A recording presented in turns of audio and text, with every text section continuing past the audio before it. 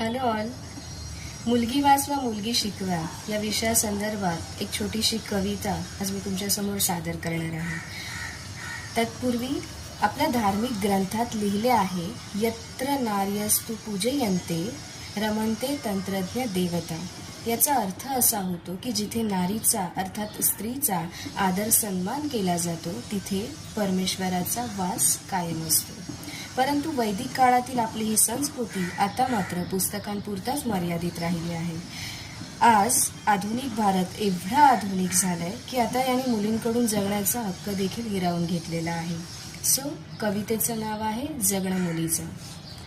आज मुलगी म्हणून जन्मली यात माझा काय दोष, आज मुलगी म्हणून जन्मली यात माझा काय दोष, जन्मदात्यांनीही नाक मोडावं एवढा कसला माझ्यावर रोष.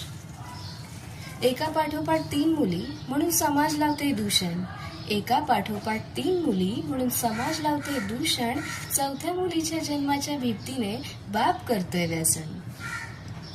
माझ्या या जन्माचं मला खूप दुःख होतंय, माझ्या या जन्माचं मला खूप दुःख होतंय, कारण आम्हा मुलींच्या जन्माच्या भीतीने आज आईचा मात्र दिवस रात्र छळ होतोय.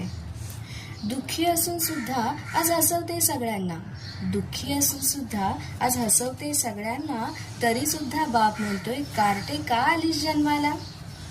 कट्ट्यावरचे पोर हे आजही अडवताय तुमची वाट, कट्ट्यावरचे पोर हे आजही अडवताय तुमची वाट, तरी सुद्धा समाज म्हणतोय अडवेनात तितकाच त्यांचा थाट.